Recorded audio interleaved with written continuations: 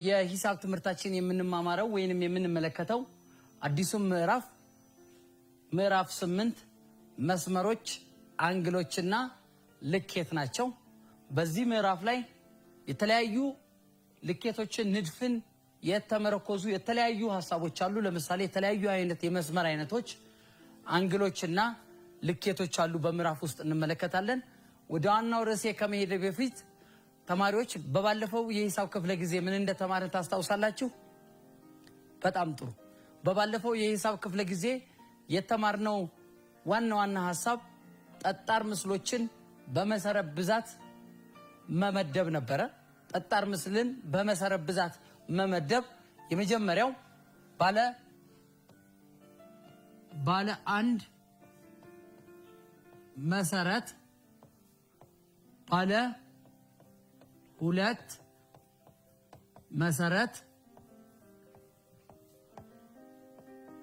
መሰረት የሌለው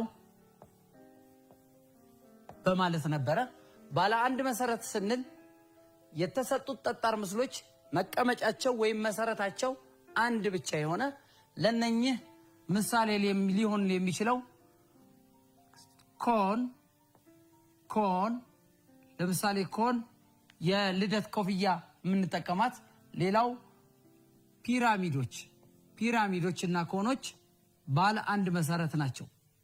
ሌላው ባለ ሁለት መሰረት የምንላቸው በሁለቱም ገጻቸው መቀመጥ የሚችሉ ወይንም ሁለት መሰረቶች ያላቸው ጠጣር ምስሎች ናቸው።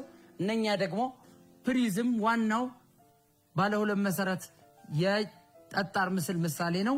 ሁለት መሰረት አለው። ከፕሪዝም ውስጥ ኩብም አለ። ኩብ ስድስቱም ገጾቹ ትይዩ እና ተጋጣሚ የሆኑ እኩል የሆኑ የሬክታንግላዊ ፕሪዝም አይነት ነው። በተጨማሪ መሰረቱ ክብ የሆነ የጠጣር ምስል ሲሊንደር፣ እነኚህ ባለ ሁለት መሰረት ናቸው። ከላይና ከታች የላይኛው መሰረት፣ የታችኛው መሰረት፣ የላይኛው የታችኛው መሰረት እያለን እንከፍላቸዋለን ማለት። ሌላው መጨረሻው ደግሞ መሰረት የሌለው የጠጣር ምስል ነው። መሰረት የሌለው አንድ ነው። እሱም ሉል ወይንም ስፌር የምንለው ነው። ሉል ወይንም ስፌር ሉል ወይንም ስፌር በአካባቢያችን በሚገኙ ኳስ፣ ለምሳሌ ብርቱካን፣ ሎሚ፣ ፖም፣ እነኚህ ትናንሽ ጨሌዎች እነኚህ መሰረት የሌላቸው የጠጣር ምስሎች ምሳሌ ነው። በተጨማሪ ጠጣር ምስሎች በጎን ገጻቸው አይነት ሁለት ምድብ አላቸው። ሁለት ምድብ በጎን ገጽ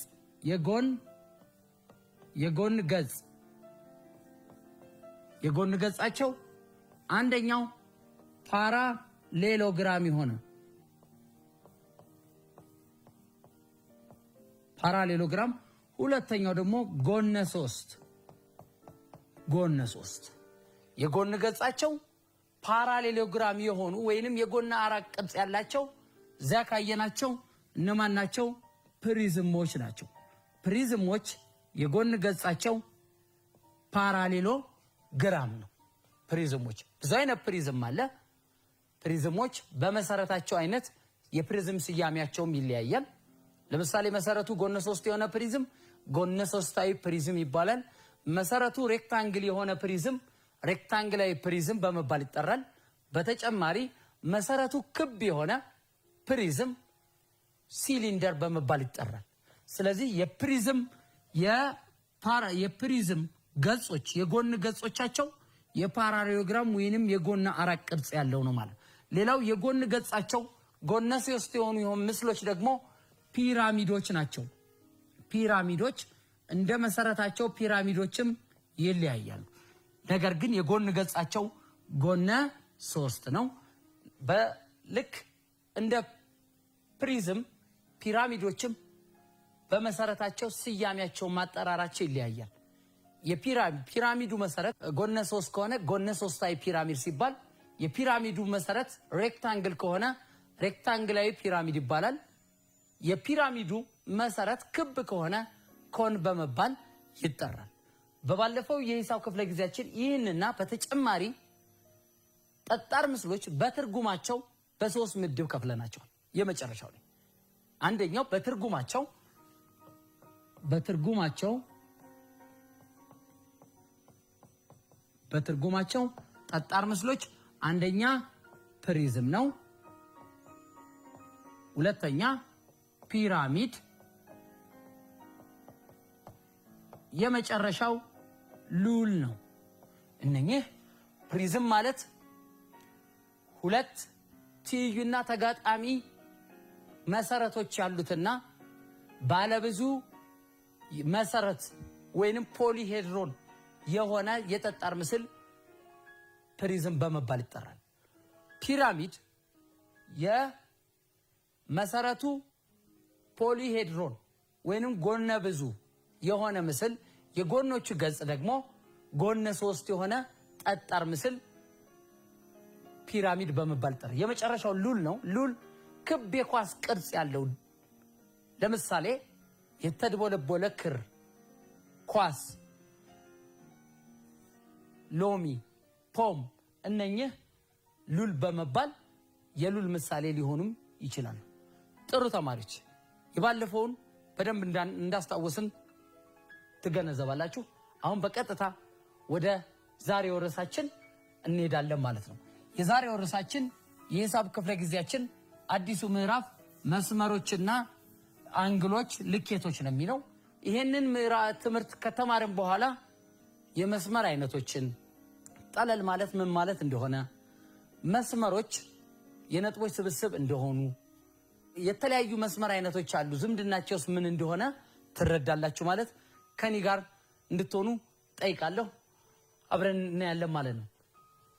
መጀመሪያ ንድፍ ነው። ዋናው በጂኦሜትሪ ጽንሰ ሐሳብ ውስጥ ዋናው ሐሳብ ንድፍ ነው። ለምሳሌ አንድ የጂኦሜትሪ ምስል ለመስራት በሚለኩ መሳሪያዎች ተጠቅመን የጂኦሜትሪ ምስል ለመሳል ወይንም ለመስራት አንድ ጊዜ በመስራት ብቻ ትክክለኛውን የጂኦሜትሪ ምስል ላንሰራ እንችላለን። ለምሳሌ ያክል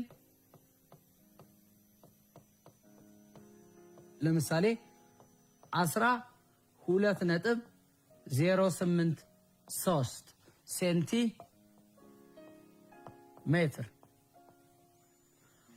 12.083 ሴንቲሜትር የሆነ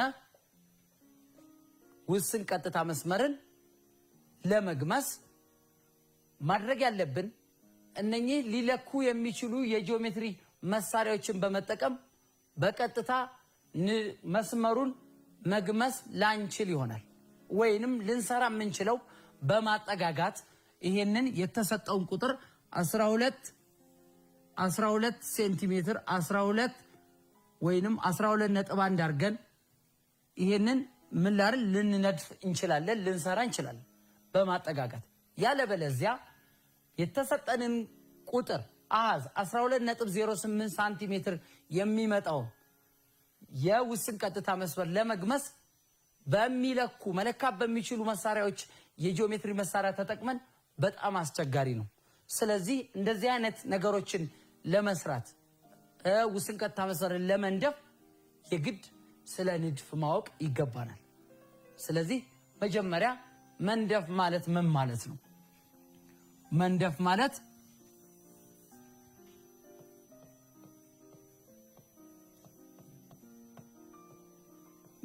ማለት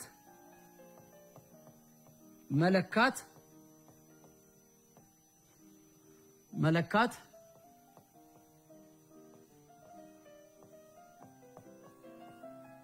በሚችሉ መለካት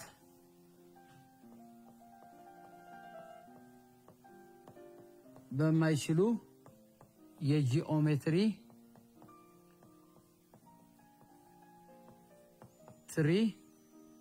የጂኦሜትሪ መሳሪያዎች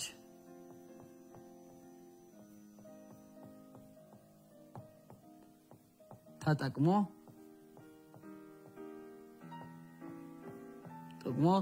ትክክለኛውን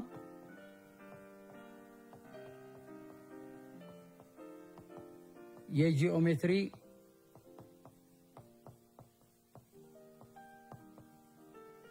ምስል መስራት ነው።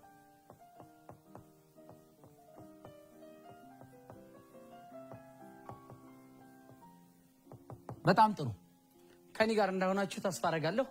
መንደፍ ማለት መለካት በማይችሉ የጂኦሜትሪ መሳሪያዎች ተጠቅሞ ትክክለኛውን የጂኦሜትሪ ምስል መስራት ወይንም መሳል መቻል። የሚሳሉት ወይንም የሚሰሩት ምስሎች ደግሞ ንድፍ በመባል ይጠራሉ። የሚሳሉት የጂኦሜትሪ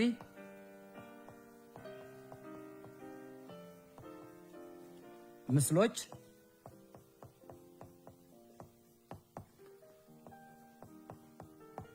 ንድፍ ይባላሉ።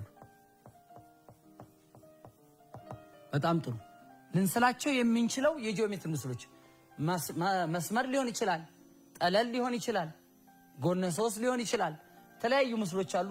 የምንሰራቸው የጂኦሜትሪ የሚሳሉት ወይንም የሚሰሩት የጂኦሜትሪ ምስል ንድፍ በመባል ይጠራሉ። በጣም ጥሩ አሁን በቀጥታ ስለ መስመሮች ያላቸውን ዝምድና እንመለከታለን። ወደ መስመሮች ወዳላቸው ዝምድና ከመሄዳችን በፊት በባለፈው ሂሳብ ትምህርታችን ስለ ጠለሎች አይተናል። ጠለል ማለት ምን ማለት እንደሆነ አሁንም ካለን ከመስመር ጋር አገናኝተን ጠለል እናያለን። በተጨማሪ መሰረታዊ የጂኦሜትሪ ጽንሰ ሐሳብ መነሻ ጽንሰ ሐሳብ የምንላቸው አሉ። መሰረታዊ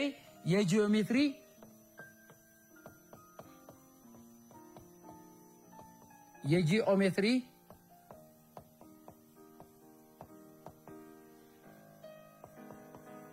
መነሻ ጽንሰ ሐሳብ የምንላቸው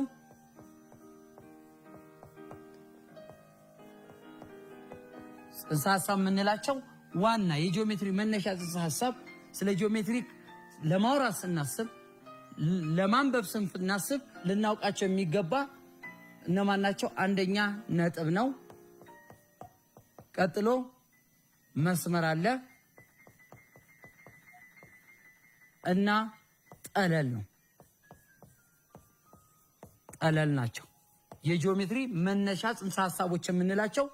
ነጥብ መስመርና ጠለል በመባል ይጠራሉ። ነጥቦች በአግባቡ ተደርድረው ወይንም የነጥቦች ጥቅጥቅ መስመሮችን ይፈጥራሉ። መስመሮች እርስ በርስ ጫፍና ጫፋቸው ሲያያዝ ጠለልን ይፈጥርልናል ማለት ነው። ስለዚህ ጠለል ማለት ምን ማለት ነው? ጠለል ማለት ምን ማለት ነው? ባለፈው ከጠጣር ምስሎች ጋር አገናኝተን ጠለልን አይተናል።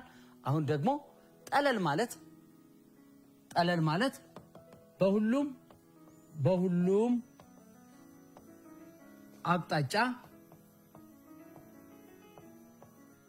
አቅጣጫ እየረዘመ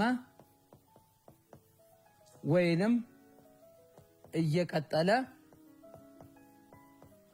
የሚሄድ ዝርግ ገጽታ ነው። ጠለል ማለት በሁሉም አቅጣጫ እየረዘመ እየቀጠለ የሚሄድ ዝርግ ገጽታ ነው። ዝርግ ገጽታ ስንል ይሄን እንደምታዩት ስማርት ቦርድ ወይንም ዘመናዊ ሰሌዳ አለ። ከላይ የምታዩት ሬክታንጉላሪ ቅርጽ ያለው ይሄ ስማርት ቦርዱ። ለምሳሌ ደብተራችሁ የላይኛው ገጽ ስንመለከት፣ መጽሐፋችሁ የላይኛው ገጽ፣ የቁም ሳጥኑ የላይኛው ገጽ፣ እነኚህን ስናይ የወለሉ የቤታችሁ ወለል የላይኛው ገጽ ልክ ሴራሚኩ እንደምንለው የሱ አምሳያ ማነው? ጠለል በመባል ይጠራል። ለምሳሌ ቁና 4 ምስል ሰራው። ጠለል ስንል ጠለል ሀ ለ መ ሰ ነው። በሁሉም አቅጣጫ ወደዚህም እየቀጠለ ይሄዳል፣ ወደዚህም እየረዘመ ወደዚህም እየቀጠለ እየሰፋ የሚሄድ ያልተወሰነ ያልተገደበ ማን በመባል ይጠራል? ጠለል። ቤታችን ውስጥ ለምሳሌ በአካባቢያችን በምንኖርበት አካባቢ ደግሞ በራሳችን ስናየው የሩጫ መሮጫ ሜዳ ላይ 4 ዙር 5 ዙር የሚዞር ሜዳ ላይ ብንመለከት ሯጮቹ መነሻው ከማይታወቅ ቦታ ዝም ብሎ ቢዞሩ ዝም ብሎ ቢሽከረከሩ ጠለል መስመሩ እንደዚህ ነው። ዝም ብለው ወደ አስፈለገው አቅጣጫ የሚቀጥል ማለት ነው። ሌላው ቀጥታ መስመር ነው።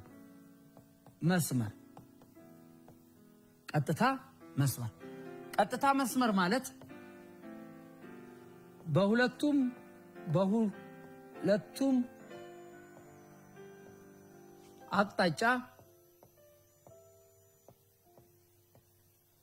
በሁለቱም አቅጣጫ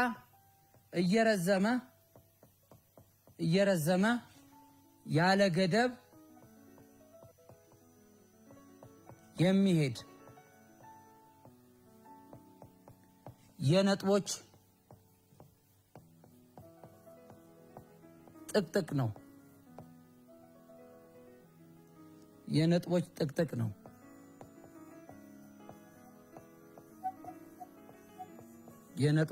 ጥቅጥቅ ነው።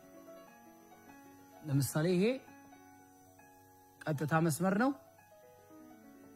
ቀጥታ መስመር እዚህ ለ አለን።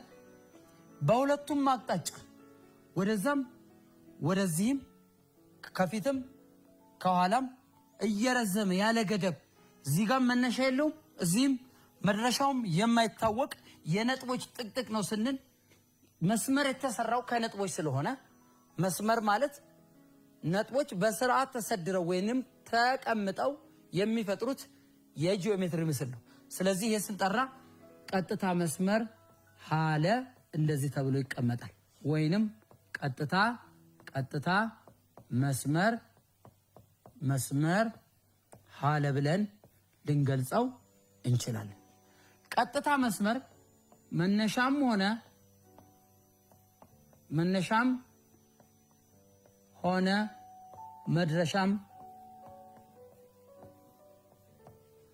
መድረሻም የማይታወቅ ያልተወሰነ ነው። ወይንም የማይታወቅ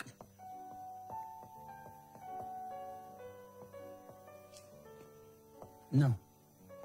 ቀጥታ መስመር መነሻውም መጨረሻም የሌለው የመስመር አይነት ነው። እዚህ ጋር ስናይ ሀ ነጥብ አለች ቀጥታ መስመር ላይ እዚህም ላለ ወደዚህም ይቀጥላል። ይህ ቀጥታ መስመር በመባል ይጠራል ማለት ነው። ሌላው ውስን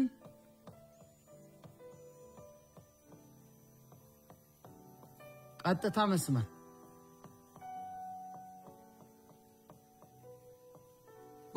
መስመር ማለት የቀጥታ መስመር ክፍል ሆኖ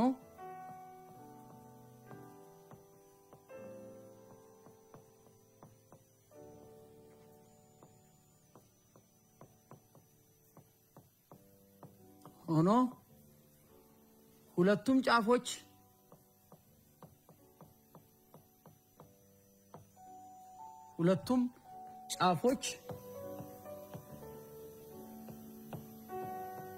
ጫፎችና በሁለቱም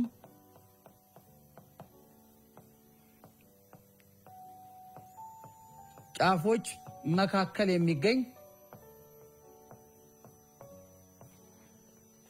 መካከል የሚገኝ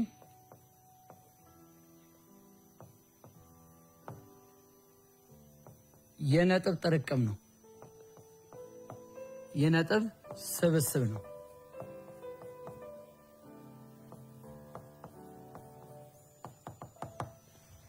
ከኔ ጋር እንደሆናችሁ ተስፋ አደርጋለሁ። ውስን ቀጥታ መስመርን እየተከታተልን ውስን ቀጥታ መስመር ማለት የቀጥታ መስመር ክፍል ሆኖ ነው የሚለው። የቀጥታ መስመር ክፍል ሆኖ ቀጥታ መስመር አለን።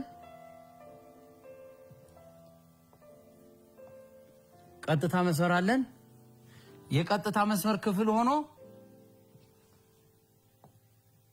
እዚህ አለን እዚህ ላለን የቀጥታ መስመር ክፍል ሆኖ ሁለቱም ጫፎች እና በጫፎቹ መካከል ያሉት የነጥቦች ስብስብ ወይንም ጥርቅም ውስን ቀጥታ መስመር በመባል ይጠራል። ስለዚህ ይሄ የምናየው ጠቃላይ ቀጥታ መስመር ነው። ወደዚህ ይቀጥላል ቀጥታ መስመሩ። ነገር ግን የሚቀጥለውን ሳይሆን ከዚህ ሀ ነጥብ ሀ እስከ ነጥብ ለ ካለችው ከሀ እስከ ለ ያለችው ይሄው አናቱ ላይ መስመር ውስን መስመር እናደርጋለን። ውስን መስመር ሀለ። ያኛው ደግሞ ቀዩ ድረስ ያለው ደግሞ ቀጥታ መስመር በመባል ይጠራል። ስናስቀምጥ ደግሞ ውስን ቀጥታ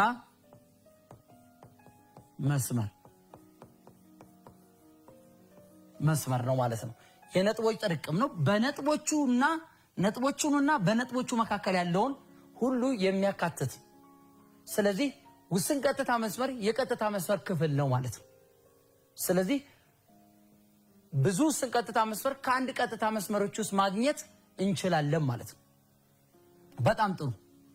ለምሳሌ ውስን ቀጥታ መስመር እዚህ ብናይ ይሄንን የዘመናዊ ሰሌዳ መጻፊያውን ብንመለከት መነሻው አለው፣ መድረሻው አለው። የደብተራችሁ ጫፍና ጫፍ ብንመለከት የዚህ የዘመናዊ ሰሌዳው ጫፍና ጫፉን የተለያዩ የቤት ያለ የቁም ሳጥን እርዝመቱን ብናይ ውስን ነው፣ ርቀቱ የተገደበ ነው። ስለዚህ ውስን ቀጥታ መስመር መነሻ መድረሻም የሚታወቅ የመስመር አይነት ነው።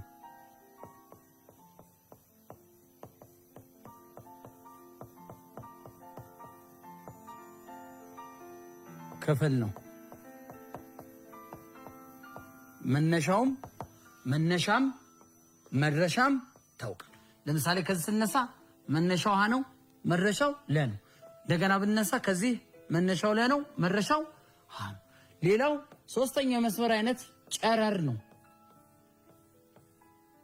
ጨረር መነሻ ያለው ነገር ግን መድረሻ የሌለው የቀጥታ መስመር ክፍል ነው። ጨረር አንድ ቀጥታ መስመር አንድ ነጥብ ላይ ምልክት በማድረግ ወደ ሁለት የተለያዩ ጨረሮች መክፈል እንችላለን። መነሻ ያለው ነገር ግን መድረሻ ወይንም መጨረሻ የሌለው የቀጥታ መስመር ክፍል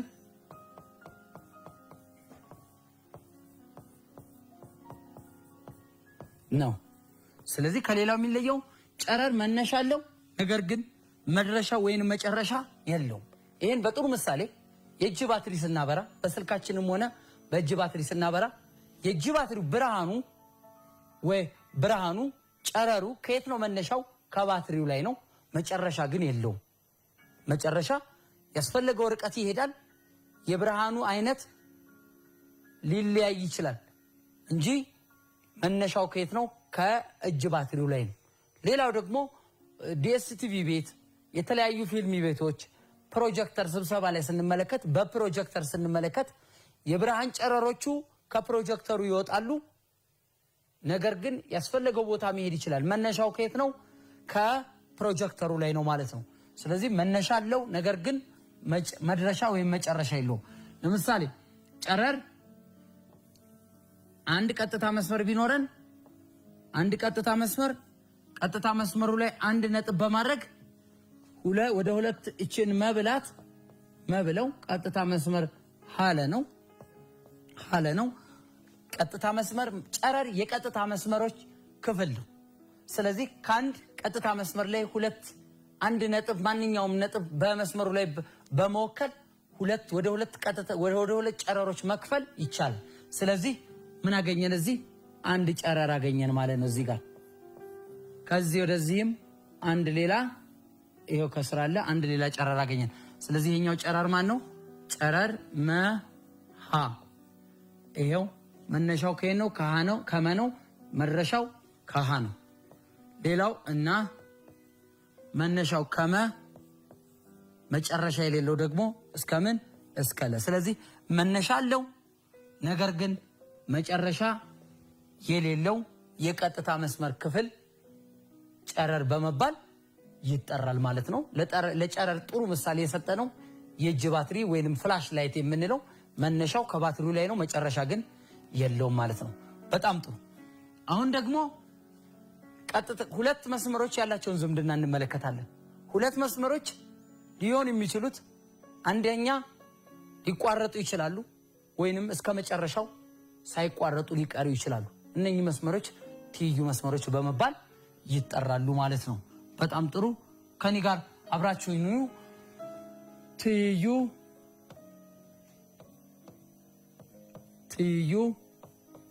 መስመሮች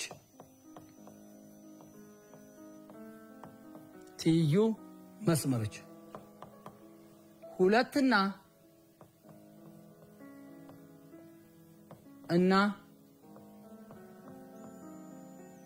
ከሁለት በላይ የሆኑ መስመሮች ቀጥታ መስመሮች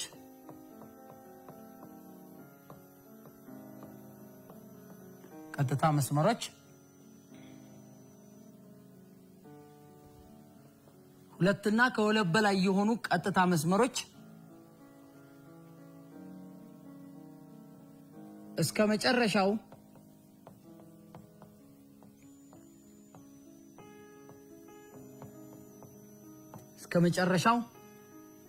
የማይገናኙና ወይም የማይቆራረጡ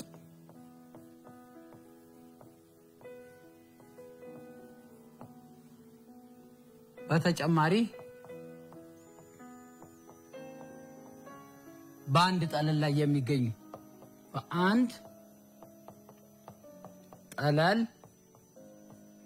ላይ የሚገኙ ናቸው። ትይዩ መስመሮች ማለት በአንድ ጠለል ላይ የሚገኙ ሁለትና ከሁለት በላይ የሆኑ እስከ መጨረሻው የማይገናኙ ወይንም የማይቆራረጡ ሁለት መስመሮች ወይንም ከዚያ በላይ የሆኑ መስመሮች ትይዩ መስመሮች በመባል ይጠራል። አሪፍ አድርገን ስናስቀምጠው አጠር አድርገን በአንድ ጠለል ላይ የሚገኙ በጭራሽ የማይቆራረጡ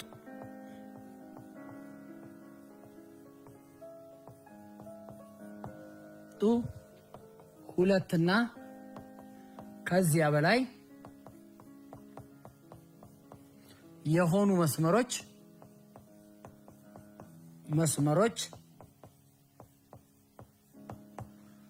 ትይዩ መስመሮች ይባላሉ።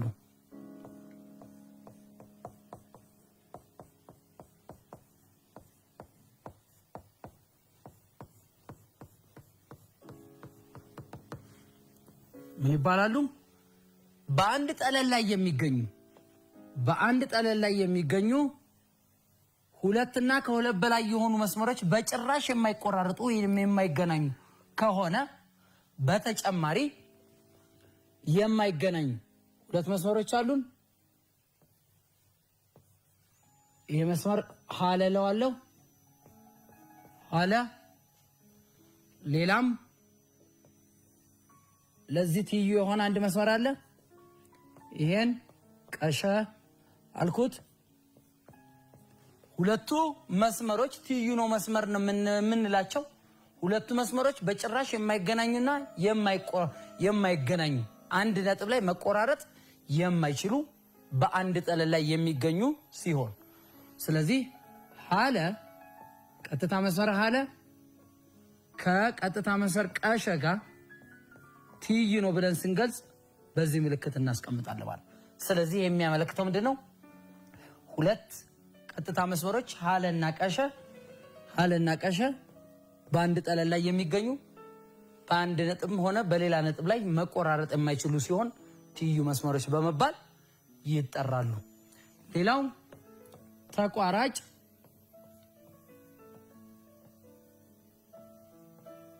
መስመሮች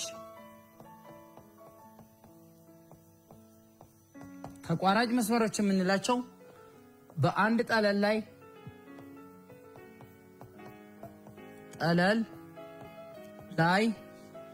የሚቋረጡ የሚገኙ ሁለትና ከሁለት በላይ የሆኑ መስመሮች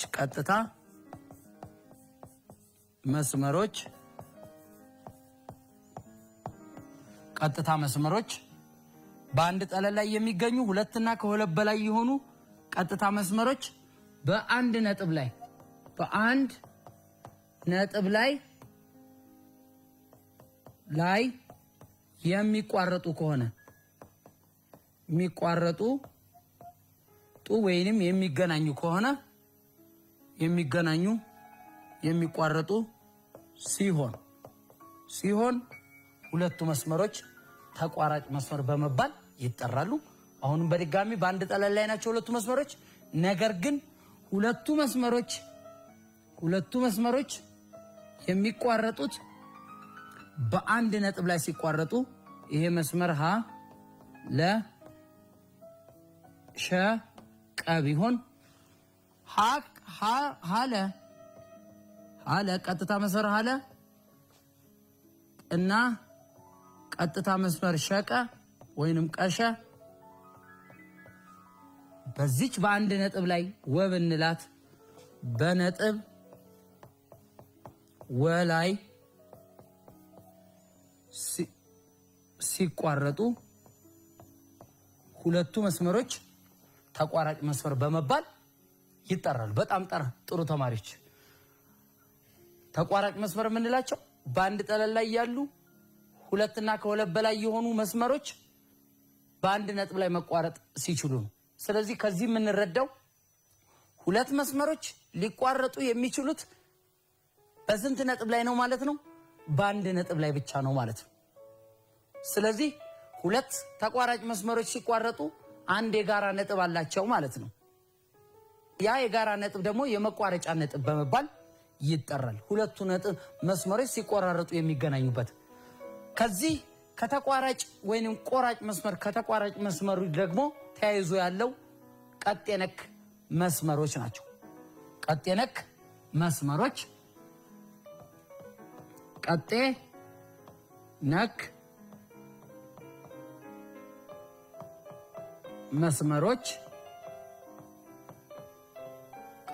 መስመሮች ሁለት ተቋራጭ መስመሮች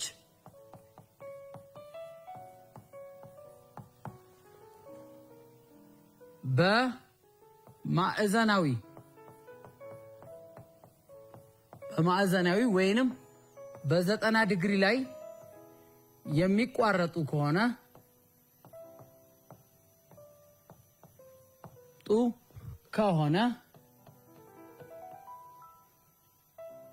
ቀጤ ነክ መስመሮች በመባል ይጠራሉ። ቀጤ ነክ መስመሮች ይባላሉ። እነኚህ ቀጤ ነክ መስመር ተቋራጭ መስመሮች ናቸው። ተቋራጭ መስመር ሁለት ተቋራጭ መስመሮች በሚቋረጡበት ጊዜ አንዱ መስመር ሌላውን በሚቆርጥበት ጊዜ ሁለቱ መስመሮች 90 ዲግሪ በመስራት ወይንም ማዕዘናዊ አንግል በመስራት የሚቋረጡ ከሆነ ሁለቱ መስመሮች ተቋራጭ መስመሮች በመባል ይጠራሉ። ለምሳሌ እዚህ ሃንበል እዚህ ለሃለ እዚህ ሸ ቀ ቢኖር ሃለ ቀጥታ መስመር ሃለ ቀጥታ መስመር ሸቀን በማዕዘናዊ አንግል ላይ ምን ያደርገዋል? ይቆርጠዋል። ይህ ምልክት የምንድነው? የቀጥ ንክ መስመር ምልክት ነው ማለት ነው። በጣም ጥሩ። ስለዚህ ከኔ ጋር ናችሁ ተማሪዎች? በጣም ጥሩ እየተከታተላችሁኝ። ስለዚህ ቀጥ ንክ መስመር ምንለው ሁለት ተቋራጭ መስመሮች በአንድ ነጥብ ላይ በተጨማሪ ማዕዘናዊ አንግል ሰርተው ሲቋረጡ ሁለቱ መስመሮች ቀጥ ንክ መስመሮች በመባል ይጠራል። በምልክትም በምስልም በንድፍም ስናስቀምጥ እንደዚህ አድርገን ምልክት ይሄ ምልክት ማለት ሁለቱ ሲቆራረጡ 90 ዲግሪ አንዱ ቋሚ አንዱ አግዳሚ ሆኖ ነው። ስለዚህ በፊደል ስናስቀምጠው ደግሞ ይሄ እንደዚህ ሀለ ሸቀን ቆራጭ መስመር ነው። ነገር ግን አንዱ ሌላውን ሲቆርጠው ማዕዘናዊ አንግል ሰርቶ ይቆርጠዋል ማለት ነው። በጣም ጥሩ ጥያቄዎች እንሰራለን ማለት ነው። ምሳሌ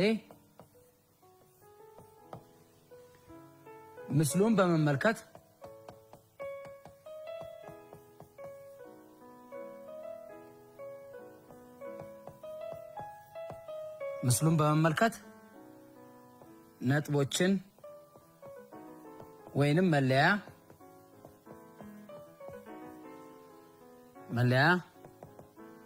ትይዩ መስመሮች ተቋራጭ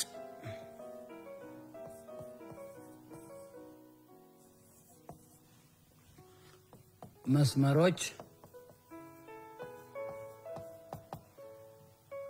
ተቋራጭ ቀጥ ነክ መስመሮች የሆኑትን በመሰየም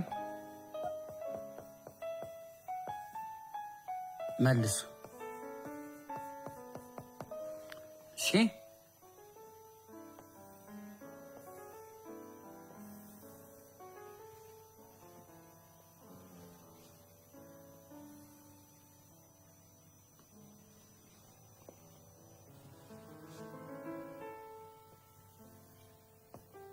ስለዚህ እነኚህ አሉ ሀ ወ ሸ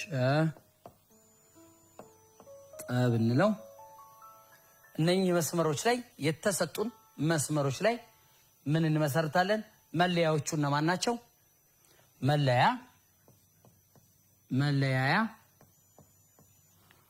የምንላቸው ነጥቦች ሁለት መለያ ማለት ወይን ነቁጥ ወይንም ነጥብ የምንለው ሁለት መስመሮች የሚገናኙባት ቦታ ማለት ነው። ስለዚህ ማን አለ? ሀ ነጥብ ሀ ነጥብ ወ ነጥብ ሸ ነጥብ ጠ አለ። ነጥብ ሀ ወ ሸ ጠ አለ። በጣም ጥሩ። የሚቀጥለው ተማሪዎች ትይዩ መስመሮች የሆኑትን እስኪ እንምረጥ። ትይዩ መስመሮች የማይቋረጡ በፍጹም መቆራረጥ የማይችሉ ሊገናኙ የማይችሉ በአንድም በሌላም ነጥብ ላይ ምንም ግንኙነት የሌላቸው ከላይ የምናየው ሀወ ትይዩ መስመሮች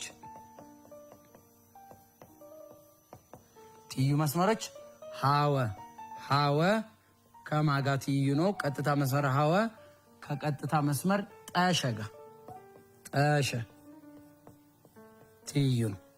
ሌላው ቀጥ ነክ መስመር ተቋራጭ አለ። ቀጥ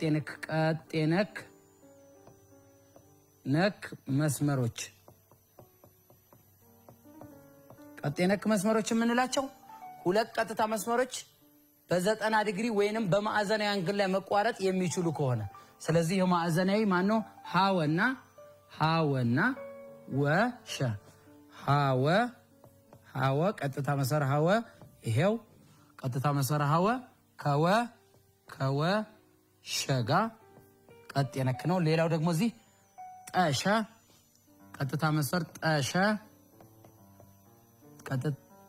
ቀጥ የነክ ነው። ከወሸ እነኚህ ቀጥ የነክ መስመር በመባል ይጠራሉ ማለት ነው። የመጨረሻው ማን ነው?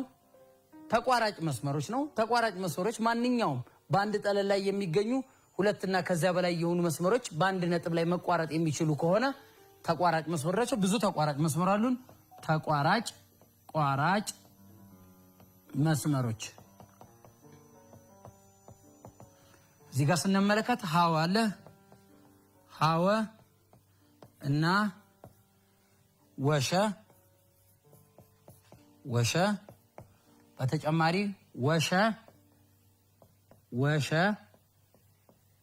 ወሸ ከማን ጋር ከዚህኛውም ይቻላል ከሐሸ እና ሐሸ አሉ። ሌላ ጠሸ ከሐሸ ጋር ጠሸ እና ከሐሸ ጋር እነኚህ ተቋራጭ መስመር ናቸው። በጣም ጥሩ። በሚችሉ የጂኦሜትሪ መሳሪያዎች ተጠቅሞ ምስሎችን መስራት መቻል ነው። ይህንንም ለመስራት ደግሞ ብዙ አይነት የጂኦሜትሪ የመንደፊያ ስርዓቶች መሳሪያዎች አሉ። ከነኚህ ውስጥ ማስመሪያ፣ ጠርዝ ያለው ማስመሪያ፣ ሴት ስኩዌር፣ ኮምፓስ፣ ሌላው የሾለ እርሳስ፣ ማስደገፊያ ያለው ጠረጴዛ፣ ወረቀት፣ እነኚህ ሁላ የጂኦሜትሪ ምስልን ለመንደፍ የምንጠቀምባቸው ናቸው። በተጨማሪ ጠለል ነው። ጠለል ዝርግ ገጽታ ያለው በሁሉም አቅጣጫ እየረዘመ እየቀጠለ የሚሄድ የጂኦሜትሪ ምስል ነው። ጠለል በውስጡ ነጥብን ይይዛል፣ መስመርን ይይዛል። ራሱ የተለያዩ የመስመር አይነቶችንም ሊያካትት ይችላል ማለት ነው። በተጨማሪ 3 የመስመሩ አይነቶችን አይተናል። የመጀመሪያው ቀጥታ መስመር ነው። ቀጥታ መስመር ያለ ገደብ በሁለቱም አቅጣጫ በመነሻውም መድረሻም ስለሌለው በሁለቱም አቅጣጫ እየረዘመ እየቀጠለ የሚሄድ ጥቅጥቅ የነጥቦች ስብስብ ቀጥታ መስመር በመባል ይጠራል። ውስን ቀጥታ መስመር የቀጥታ መስመር ክፍል ሆኖ መነሻም መድረሻም ያለው ጥቅጥቅ የነጥቦች ክፍል ነው። ርዝመቱ የተወሰነ ነው፣ ነገር ግን የቀጥታ መስመር ክፍል ነው። ጨረር ልክ የእጅ ባትሪ እንደምንጠቀመው መነሻው ባትሪ ላይ ነው፣ መጨረሻ ግን የለውም፣ ብርሃኑ ላይቱ እንደሚወጣው። ስለዚህ ጨረር ስንመለከት መነሻ ኖሮት መጨረሻ ወይንም መድረሻ የሌለው የቀጥታ መስመር ክፍል ነው። አንድ ቀጥታ መስመር በአንድ ነጥብ በምንወክልበት በመስመሩ ላይ አንድ ነጥብ በመወከል 2 ጨረሮችን ልናገኝ እንችላለን። በተጨማሪ የመጨረሻ ያየናቸው ትይዩና ተቋራጭ መስመሮች ናቸው። ትይዩ መስመሮች በአንድ ጠለል ላይ የሚገኙ 2 እና ከ2 በላይ ሆኑ በፍጹም የማይገናኙ የማይቋረጡ መስመሮች ትይዩ መስመሮች ሊባሉ ይችላሉ። ለምሳሌ ይሄ የላይኛው የሰሌዳችን ከርቭና ከስር ያለው ጠርዝን ብንመለከት ትይዩ መስመር ነው። ተቋራጭ መስመር የምንላቸው 2 እና ከ2 በላይ ያሉ በአንድ ጠለል ላይ የሚገኙ በአንድ ነጥብና ከዚያ በላይ የሚቆራረጡ ከሆነ ተቋራጭ መስመር በመባል ይጠራሉ። ተቋራጭ መስመር ሆነው በማዕዘናዊ አንግል ወይም በ90 ዲግሪ ላይ የሚቆራረጡ መስመሮች ቀጥ ነክ መስመሮች በመባል ይጠራሉ። የዛሬው የሂሳብ ትምህርታችን ይህ ነበረ። በሚቀጥለው ክፍለ ጊዜ እስክንገናኝ ሰላም ሁኑ።